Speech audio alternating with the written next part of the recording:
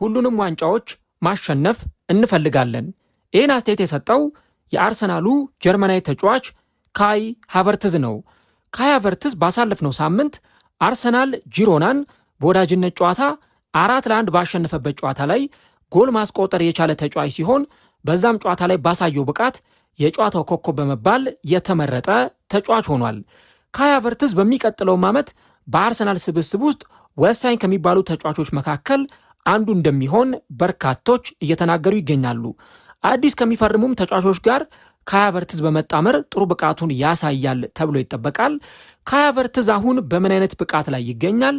በሚቀጥለው ዓመት ደግሞ በየትኛው ቦታ ላይ ቢጫወት የበለጠ ምርጥ ብቃቱን ሊያሳይ ይችላል? የፊት መስመር ተጫዋች ወይስ ደግሞ የአማካይ መስመር ተጫዋች? ይህንን ጉዳይ በዛሬው ፕሮግራማችን ላይ እንመለከተዋለን። ሰላም አድማጮች፣ እንዴት ናችሁ? እግዚአብሔር ይመስገን እኔ በጣም ደህና ነኝ። የምትገኙት አራዳ ሜዳ ኦፊሻል የዩቲዩብ ገጻችን ላይ ነው። ለቻናሉ አዲስ ከሆናችሁ ቻናሉን ሰብስክራይብ፣ ቪዲዮን ደግሞ ላይክ በማድረግ ፕሮግራሙን መጀመራችሁን አስታውሱ። የአራዳ ሜዳ ኮሜንታተር ተስፋ ወርቅ ሉል ሰገድ አብሬያችሁ ቆይታ አደርጋለሁ። ፈጣሪ ፈቅዶ ዛሬም ከእናንተ ጋር በዚህኛው ፕሮግራማችን ተገናኘን። በዚህኛው ፕሮግራማችን ክፍል ደግሞ የካይ ሃቨርትዝን የአርሰናል ቆይታና በሚቀጥለው ሲዝን ተጫዋቹ በየትኛው ቦታ ላይ ሊጫወት ይችላል የሚለውን ጉዳይ አብረን እንመለከተዋለን ማለት ነው። ካይ ሃቨርትዝ ባሳለፍነው ሳምንት ማለትም ደግሞ ቅዳሜ አርሰናል ጂሮናን በወዳጅነት ጨዋታ 4-1 ሲያሸንፍ በዛ ጨዋታ ላይ ጥሩ እንቅስቃሴን ካሳዩ የአርሰናል ተጫዋቾች መካከል ተጠቃሹ ተጫዋች ነበር። በዛ ጨዋታ ላይ ቆንጆ ጎል አስቆጥሯል። ጎሉን ያስቆጠረበት መንገድ በጣም አስደናቂ ነበር። ከዚህም በተጨማሪ ደግሞ የጨዋታው ኮከብ በመባል ካይ ሃቨርትዝ ተመርጧል። ካይ ሃቨርትዝ ምንም እንኳን ብዙዎች የተጫዋቹን ሚና እንደው ካይ ሃቨርትዝ በሚስታቸው ኳሶች ወይ ደግሞ አርቴታ ከሚሰጠው ሚና አንጻር በተለያዩ ቦታዎች ላይ የሚጫወት ተጫዋች ስለሆነ ካይ ሃቨርትዝ ምን አይነት ብቃት ሊያሳይ ይችላል? ቅድም ደግሞ እንዳልኩት በነዛ በሚስታቸው ኳሶች ካይ ሃቨርትዝ ለአርሰናል የሚሆን ተጫዋች አይደለም ብለው በርካቶች የተለያዩ ትችቶችን ሲያቀርቡበት እንሰማለን። ግን ደግሞ ተወደደም ተጠላም አንድ የማንክደው ሀቅ ካይ ሃቨርትዝ በአርሰናል ስብስብ ውስጥ ወሳኝ ከሚባሉ ተጫዋቾች መካከል አንዱ ስለመሆኑ በእርግጠኝነት ማንሳት እንችላለን። ለዚህ ደግሞ ተጫዋቹ በተሰለፈባቸው ጨዋታዎች ላይ እንኳን ምን ያህል ጎል በማስቆጠር ለአርሰናል ወሳኝ ሚናን ሲወጣ እንደነበረ ማስታወስ እንችላለን። ለምሳሌ አርሰናል በባለፈው ሲዝን በ37ኛው ሳምንት በርንሌን 1-0 ሲያሸንፍ እጅግ በጣም ተቸግሮ ነበረ ያንን ጨዋታ ያሸንፈው። ጨዋታው ደግሞ በጣም አስጨናቂም ነበር፣ ምክንያቱም በዋንጫ ፉክክር ላይ የተደረገ ጨዋታ ስለነበር። ነገር ግን ደግሞ በዛ ጨዋታ ላይ አርሰናል 1-0 ሲያሸንፍ ብቸኛውን ጎል ያስቆጠረው ካይ ሃቨርትዝ ነበር። በቻምፒየንስ ሊግ አርሰናል ከባየር ሌቨርኩሰን 1-1 ከሜዳ ውጪ በተለያየበት ዕለት በዛ ጨዋታ ላይ በአርሰናል በኩል የአቻነቷን ጎል ማስቆጠር የቻለውም ይኸው ተጫዋች ካይ ሃቨርትዝ ነው። ምንም እንኳን አርሰናል በቻምፒየንስ ሊግ የፍጻሜ ጨዋታ በመለያ ምት በፔዥ ተሸንፎ ዋንጫውን ተነጠቀ እንጂ በቻምፒየንስ ሊግ የፍጻሜም ጨዋታ ጎል ማስቆጠር የቻለ ተጫዋች ነው እና ካይ ሃቨርትዝ ለአርሰናል ወሳኝ ከሚባሉ ተጫዋቾች መካከል አንዱ ነው የሚባለው በዚህ ምክንያት ነው። በእርግጥ በባለፈው ዓመት በአርሰናል ቤት የሚጠበቅበትን አገልግሎት በጉዳት ምክንያት መስጠት አልቻለም ነበር። ምክንያቱም ገና በመጀመሪያው ሳምንት አርሰናል ከማንቸስተር ዩናይትድ ጋር ባደረገው ጨዋታ ላይ ካይ ሃቨርትዝ ጉዳት ካጋጠመው በኋላ ረጅም ለሚባሉ ወራት በጉዳት ምክንያት ከሜዳ ርቆ ነበር። እንደውም እስከ ቦክሲንግ ዴይ ምናምን አካባቢ ድረስ ሁሉ ተጫዋቹ ወደ ሜዳ አልተመለሰም። ከዛ ወደ ሜዳ አሁን ይመለሳል ልምምድ ጀምሯል ተብሎ ራሱ ከእንደገና ጉዳቱ አገረሸበት ተብሎ ደግሞ ለጥቂት ጨዋታዎች ደግሞ ካይ ሃቨርትዝ በጨዋታ ላይ አልተመለከትነውም። ያ ማለት ከነሐሴ እስከ ጥር ወር ምናምን አካባቢ በነበረው ካይ ሃቨርትዝን አልተመለከትነውም። ኢቭን ከዛ በኋላ እንደገና ሌላ ጉዳት አጋጥሞት ከእንደገና ነው ተመልሶ ደግሞ ካይ ሃቨርትዝ ወደ ሜዳ የመጣውና በባለፈው ዓመት አብዛኞቹን ወራት በጉዳት ምክንያት ከሜዳ ውጪ እንደነበር ብዙዎቻችን ተመልክተናል። ግን ደግሞ ወደ ሜዳ ከተመለሰ በኋላ በተጫወተባቸው ጨዋታዎች ኢቭን ከቪክተር ዩኬሬስ ጋር የነበራቸው መናበብ እጅግ በጣም አስገራሚ ነበረ። ሃቨርትዝ እንደ ሰከንድ ስትራይከር ሆነው ሲጫወት፣ ዩኬሬስ ደግሞ የ9 ቁጥር ሚናውን ሲመራ ሁለቱ ተጫዋቾች የነበራቸው መግባባት የተወሰኑ ጨዋታዎች ላይ ያንን ኮምቢኔሽን ፈጥረው ነበረ። ካይ ሃቨርትዝ ከጀርባ ሆኖ እነዛን ኳሶች ይጥልለታል።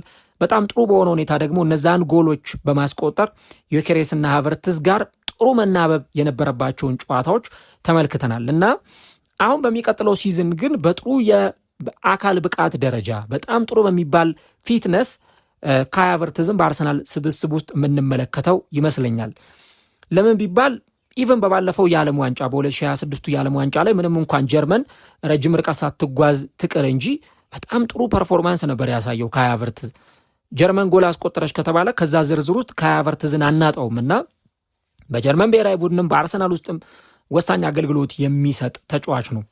አሁን ታዲያ በባለፈውም ካይ ሃቨርትዝ አርሰናል ዢሮናን ባሸነፈበት የወዳጅነት ጨዋታ ላይ ቅድም እንዳልኩት የጨዋታው ማን ኦፍ ዘ ማች ተብሎ ተመርጧል። ጎልም ማስቆጠር ችሏል እና አሁን ሁሉንም ዋንጫዎች ማሸነፍ እንደሚፈልጉ ካይ ሃቨርትዝ ተናግሯል። ሁሉንም ዋንጫዎች ማሸነፍ እንፈልጋለን፣ ለዛ ነው ሁላችንም እዚህ ያለ ነው። ፕሪሚየር ሊግን አሸንፈናል፣ ነገር ግን ደግሞ የምንፈልገው ከዚህ በላይ ነው። አሁን የደረስንበት ሌቭል በጣም ከፍተኛ ነው ሲል ካይ ሃቨርትዝ አስተያየቱን ሰጥቷል ማለት ነው እና አሁን አርሰናል የፕሪሚየር ሊግ ዋንጫን አሸንፏል ከ22 ዓመታት በኋላ በባለፈው ሲዝን። በሚቀጥለው ዓመት የፕሪሚየር ሊግ የዋንጫ ድሉን እንዲያስጠብቅ ቻምፒየንስ ሊግ ላይ ውጤታማ እንዲሆን ከዛ ደግሞ ኤፍ ኤ ካፕ ካራቦ ካፕ ላይም ዋንጫዎችን እንዲያሸንፍ የአርሰናል ደጋፊዎች ይጠብቃሉ። ራሱ የአርሰናል ተጫዋቾችም ይህን ነገር ማድረግ ይፈልጋሉ። አሁን አርሰናል በአመት 3 እና 4 ዋንጫዎችን የማሸነፍ አቅሙ እጅግ በጣም ከፍተኛ የሆነበት ደረጃ ላይ ደርሷል። አርሰናል በዚህኛው ክረምት ኤሊያን ሜስሌን አስፈርሟል። ከዛ በተጨማሪ ደግሞ ዞሊስን አስፈርሟል። ዞሊስ በጣም ቆንጆ ብቃትን አሳይቷል በመጀመሪያው ጨዋታ ላይ። አሁን አርሰናል ከነ ብሩኖ ጊማሬሽ እንዲሁ ደግሞ ከተለያዩ ተጫዋቾች ጋራ ስሙ ተያይዞ ሲነሳ እየተመለከተ እንገኛለን። ብሩኖ ጊማሬሽን የማስፈረሙ ጉዳይ እርግጥ ሆኗል ማለት ይቻላል። ከዛ ደግሞ አሁን ከነ ቪኒሲየስ ጁኒየር ጋራ ስሙ ተያይዞ እየተነሳ ነው የሚገኘው። ታዲያ አሁን ይህ ተጫዋች ካይ ሃቨርትዝ በሚቀጥለው ሲዝን በአርሰናል ምን አይነት ሚና ሊሰጠው ይችላል የሚለውን ነገር በደንብ ማንሳት ያስፈልጋል።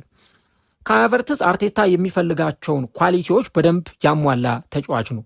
ካይ ሃቨርትዝ በ2-3 ቦታዎች ላይ የመጫወት አቅሙ እጅግ በጣም ከፍተኛ ነው። መጀመሪያ በፌክ 9 ወይም ደግሞ በሐሰተኛ 9 ቁጥር ሚና ተጫዋቹ መጫወት ይችላል። ምናልባት በሚቀጥለው ሲዝን ቪክተር ዮኬሬስ በተለያዩ ጨዋታዎች ላይ በማይሰለፍበት ጊዜ ወይም ደግሞ አርቴታ ታክቲካል ነው ብሎ ባመነባቸው ጨዋታዎች ልክ እንደ ቻምፒየንስ ሊጉ ፍጻሜ ታክቲካል ነው ብሎ ባመነበት ጊዜ ከቪክተር ዮኬሬስ ይልቅ ይህንን ተጫዋች በቀዳሚነት እያስቀደመ ሜዳ ላይ ሲያሰልፍ ልንመለከት እንችላለን። ከዛ ውጭ ደግሞ እንደዚሁ በሰከንድ ስትራይከር ወይም ደግሞ በአጥቂ አማካይ ቦታ ላይ ተጫዋቹ መጫወት ይችላል። ቅድም እንዳልኳችሁ ከቪክተር ዮኬሬስ ጋር ተጣምሮ ሲጫወት በጣም ድንቅ ብቃትን ተጫዋቹ ሲያሳይ ነበር። ኳሶችን በማቀበል አሲስት በማድረግ ጎሎችን በማስቆጠር ረገድ በጣም ጥሩ እንቅስቃሴን እዚህ ቦታ ላይ የተጫወተ ሲያሳልፍ ተመልክተናል። ከዛ ደግሞ በሌፍት 8 ቁጥር ቦታ ላይ ተጫዋቹ ተሰልፎ መጫወት ይችላል። አሁን የትኛው ነው ለተጫዋቹ በጣም ሲዩቴብል የሆነው ቦታ የትኛው ቦታ ላይ ነው ሲጫወት በደንብ የተሻለ እንቅስቃሴዎችን ማድረግ የሚችለው የሚለው ነገር ይሄ የአርሰናል ደጋፊዎችም የሚጠይቁት ጥያቄ ነው። ካይ ሃቨርትዝ በ9 ቁጥር ቦታ ላይ በሚጫወትበት ጊዜ ወይም ደግሞ እንደ ሐሰተኛ 9 ቁጥር ሆኖ በሚጫወትበት ጊዜ ብዙዎች ያው ጎል እንዲያስቆጥር ይፈልጋሉ። እሱም ደግሞ ያንን ነገር ሲያደርገው ተመልክተናል። ከዚህ በተጨማሪ ግን ለአርሰናል የሚሰጠው አገልግሎት እጅግ በጣም ብዙ ነው። ምክንያቱም ወደ መስመሮች እየወጣ ይጫወታል። የአማካይ መስመር ተጫዋቾቹን ያግዛል። ካይ ሃቨርትዝ ወደ ኋላ እየተመለሰ በቢውልድ አፑ ረገድ በደንብ የአርሰናል ተጫዋቾችን ሲያግዝ የምንመለከተው ተጫዋች ነው እና ደግሞ የሚገመትም ተጫዋች አይደለም። በቃ ካይ ሃቨርትዝ የሆነ እንደዚህ በቀላሉ ተከላካዮች ማርክ የሚያደርጉት የሚይዙት አይነት ተጫዋች አይደለም። በቀላሉ ከመካከላቸው ሾልኮ ወጥቶ ወደ ግራ መስመር ሊወጣ ይችላል፣ ወደ ቀኝ መስመር ሊወጣ ይችላል፣ የመስመር አጥቂዎችን ሊያግዝ ይችላል፣ ወይ ደግሞ ወደ ኋላ እየተመለሰ ተጫዋቹ ሲጫወት እንመለከተዋለን። ያ ደግሞ የተጫዋቹን ያለውን በአርሰናል የሚሰጠውን አገልግሎት የበለጠ የሚጨምርለት ጉዳይ ይሆናል። አሁን አንዳንድ የ9 ቁጥር ተጫዋቾች እዛው ሳጥን ውስጥ ብቻ ቆመው የምንመለከታቸው ተጫዋቾችና ከዛች ቦታ ውጪ በምንም አይነት ሁኔታ የማይንቀሳቀሱ የጎል ዕድሎችን እየተፈጠረላቸው እነዛን ጎሎች ብቻ ማስቆጠር የሚችሉ ተጫዋቾች ናቸው ማለት ነው። በአንጻሩ ግን የካይ ሃቨርትዝን ደግሞ ስንመለከት ካይ በዚህ ቦታ ላይ ከመጫወትን ባሻገር ራሱ የግብ ዕድሎችን መፍጠር የሚችል ኢቨን ራሱ የሚያስቆጥረውን ጎል ራሱ መስርቶ ሲመጣ ሁሉ ልትመለከቱት ትችላላችሁና የካይ ሃቨርትዝ አንደኛው ኳሊቲው በተለይ በሚጫወትበት ቦታ ላይ ለተከላካዮች አስቸጋሪ የሆነውን ፐርፎርማንስ ማሳየት የሚችል ተጫዋች መሆኑ አንዱ ተጫዋቹ ተፈላጊ እንዲሆን ያደርገዋል። ጎል ስለማስቆጠር የሚታማ ተጫዋች አይደለም። እዛ ቦታ ላይ ይሰለፍ እንጂ በደንብ የግብ ዕድሎችን መጠቀም የሚችል በሚፈጠሩለት የግብ ዕድሎች ደግሞ ጎሎችን ማስቆጠር የሚችል ተጫዋች ነው ካይ ሃቨርትዝ። ለዚህ ማሳያው ቅድም እንዳልኳችሁ በቻምፒየንስ ሊግ የፍጻሜ ጨዋታ አርሰናል ምናልባት ጎል ያስቆጥራል ወይስ አያስቆጥርም የሚለው ነገር ያውም በዛ በጣም ጥብቅ በነበረው የአርሰናል የመከላከል ቡድን ውስጥ በጣም በአስደናቂ ሁኔታ ጎል ማስቆጠር የቻለ ተጫዋች ነው። የተሳተፈባቸው ጨዋታዎች በጣም ጥቂቶች ናቸው። ተጫዋቹ በፕሪሚየር ሊግ 12 ጨዋታዎችን አድርጓል። 2 ጎል እና 3 አሲስት አስመዝግቧል። እንደዚሁ ደግሞ በቻምፒየንስ ሊግ 6 ጨዋታዎች አድርጎ 4 ጎል እና 1 አሲስት አስመዝግቧል። በካራባኦ ካፕ ቼልሲ ላይ ያስቆጠራትን ያችን አስደናቂ ጎል እናስታውሳለን። በ3 ጨዋታ 1 ጎል ማስቆጠር ችሏል። በአጠቃላይ በ21 ጨዋታዎች ብቻ 7 ጎል እና 4 አሲስት ማድረግ የቻለ ተጫዋች ነው። በጥቅሉ ከ10 በላይ ጎሎች ላይ ተሳትፎ አድርጓል። ይሄ ማለት ተጫዋቹ በእነዚህ ጥቂት ጨዋታዎች በ21 ጨዋታዎች ብቻ ከ10 በላይ ጎሎች ላይ በቀጥተኝነት መሳተፍ የቻለ ተጫዋች ነው እና ምናልባት ደግሞ በሚቀጥለው ሲዝን በደንብ ከጉዳት ነፃ ሆኖ በዚህ ቦታ ላይ መጫወት የሚችል ከሆነ ለአርሰናል ብዙ ትልልቅ ነገሮችን ማድረግ የሚችል ተጫዋች እንደሆነ የምናነሳው ጉዳይ ይሆናል። ስለዚህ የፊት መስመር ላይ ሲጫወት አንድ የተሻለ ነገር ለአርሰናል መስጠት ይችላል ማለት ነው። ሌላኛው ግን በዚህ በአማካይ መስመር ቦታ ላይ ደግሞ ካይ ሃቨርትዝ ሲጫወት በተለይ ደግሞ እንደ አጥቂ አማካይ ሆነው ሲጫወት ካይ ሃቨርትዝ የተሻለ ሜዳ ላይ እንቅስቃሴን ሲያሳይ ተመልክተናል። እጅግ በጣም የሚገርመው በባለፈው ሲዝን ያውም በጥቂት ጨዋታዎች ላይ ብቻ ተሰልፎ ያስመዘገባቸው ቁጥራዊ መረጃዎች በጣም አስደናቂዎች ናቸው። ይህ ተጫዋች 81.2% ኳስ የማቀበል ስኬት ያለው ተጫዋች ነው። ከሚያቀብላቸው ኳሶች 81%ቱ የተሳኩ ናቸው። ከዛ ውጪ የግብ ዕድሎችን በመፍጠር ረገድ 14 ቁልፍ ኳሶችን ለቡድን ጓደኞቹ አቀብሏል ወይም የግብ ዕድሎችን ፈጥሯል። እንዲሁ ደግሞ 8 የተሳኩ ሙከራዎችን አድርጓል። ካደረጋቸው 14 ሙከራዎች 8ቱ የተሳኩ ነበሩ። ከዚህ በተጨማሪ ተጫዋቹ ምንም አይነት ቀይ ካርድ ያልተመለከተ ተጫዋች ነው። ብዙ ጊዜም ካርድ የማይመለከት ተጫዋች ነው እና በዚህ የአማካይ መስመር ላይ ደግሞ ተጫዋቹ ሲጫወት የበለጠ ለዚህ ቡድን አገልግሎት መስጠት የሚችልበት አቅሙ እጅግ በጣም ከፍተኛ ነው። በተለይ ቅድም እንዳነሳ ነው ፊት መስመር ላይ ለሚጫወቱ ተጫዋቾች እንደ ቡካዮ ሳካ ላሉ ተጫዋቾች እንዲሁ ደግሞ ከቪክተር ዮኬሬስም ጋር በነበረው መናበብ ጥሩ የግብ ዕድሎችንም ሲፈጥር ለግብ መቆጠሮች አስተዋጽኦ ሲያደርግ የነበረ ተጫዋች ነው እና እዚህ ቦታ ላይም ሲጫወት በጣም በጥሩ ሁኔታ መጫወት ይችላል። በግራ 8 ቁጥር ላይም ደግሞ ካይ ሃቨርትዝ መጫወት የሚችል ተጫዋች ነው እና ታዲያ ተስፍሽ አሁን በየትኛው ቦታ ላይ ካይ ሃቨርትዝ ቢጫወት ጥሩ ነው ትላለ የሚል ጥያቄዎችን ልታነሱ ትችላላችሁ። እንደኔ ምርጫና እንደኔ አተያይ ከሆነ አርቴታ ምናልባት ፕራይመርሊ ተጫዋቹን በዚህ በአጥቂ አማካይ ቦታ ላይ ቢያጫውተው የበለጠ ለአርሰናል ብዙ ነገሮችን መስጠት ይችላል። አርሰናል አሁን እዚህ ቦታ ላይ ብዙ አማራጮች አሉት። ኤቤሬቺ ኤዜ አለ፣ ማርቲን ኦዴጋርድ አለ፣ እንደነ ኤታን ዋኔሪ አይነት ተጫዋቾች በዚህ ቡድን ውስጥ እዚህ ቦታ ላይ መጫወት የሚችሉ ተጫዋቾች ናቸው። ያለው አገልግሎት በጣም ከፍተኛ ነው እና አርሰናል በእነዚህ ተጫዋቾች አማካኝነት እነዚህን ተጫዋቾች እንደ ልቡ ሮቴት እያደረገ ማጫወት ይችላል። የእነዚህ ተጫዋቾች ሀብታም ነው አርሰናል። አሁን ኦዴጋርድ በሙሉ ፊትነሱ ላይ ካለ ኦዴጋርድ ለአርሰናል በዚህ ቦታ ላይ የተሻለው ተጫዋች ነው። ኤቤሬቺ ኤዜም እዚህ ቦታ ላይ የሚጫወት ከሆነ እሱም ኤቤሬቺ ኤዜም በተለይ በተሰለፈባቸው ጨዋታዎች ምን አይነት ጥሩ ጊዜን ሲያሳልፍ እንደነበር ብዙዎቻችን ተመልክተናል። ኤታን ዋኔሪ አርቴታ እድል ይሰጠዋል ብዬ አላስበም። በሚቀጥለውም ሲዝን ግን በዚህ ቦታ ላይም ሲጫወት በጣም ኤታን ዋኔሪም ጥሩ ብቃት ያለው ተጫዋች ነው። ራሱ ካይ ሃቨርትዝ አለ እና በዚህ ቦታ ላይ በተለይም ደግሞ በአጥቂ አማካይ ቦታ ላይም ሲጫወት ካይ ሃቨርትዝ በጣም ጥሩ እንቅስቃሴዎችን ማሳየት ይችላል። ለእኔ ግን በተለይ ከዚህ ከአማካይ መስመሩም ባለፈ እንደ 9 ቁጥር አማራጭ አርቴታ ቢመለከተው በጣም ጥሩ ነው። አሁን እንግዲህ በአርሰናል ቤት ቪክተር ዮኬሬስ ከዚህም በተጨማሪ ጋብርኤል ሄሱስ እና ካይ ሃቨርትዝ በዚህ ቦታ ላይ መጫወት የሚችሉ አማራጮች ናቸው። ሜሪኖም እንደ አስፈላጊነቱ በዚህ ቦታ ላይ ሊጫወት ይችላል።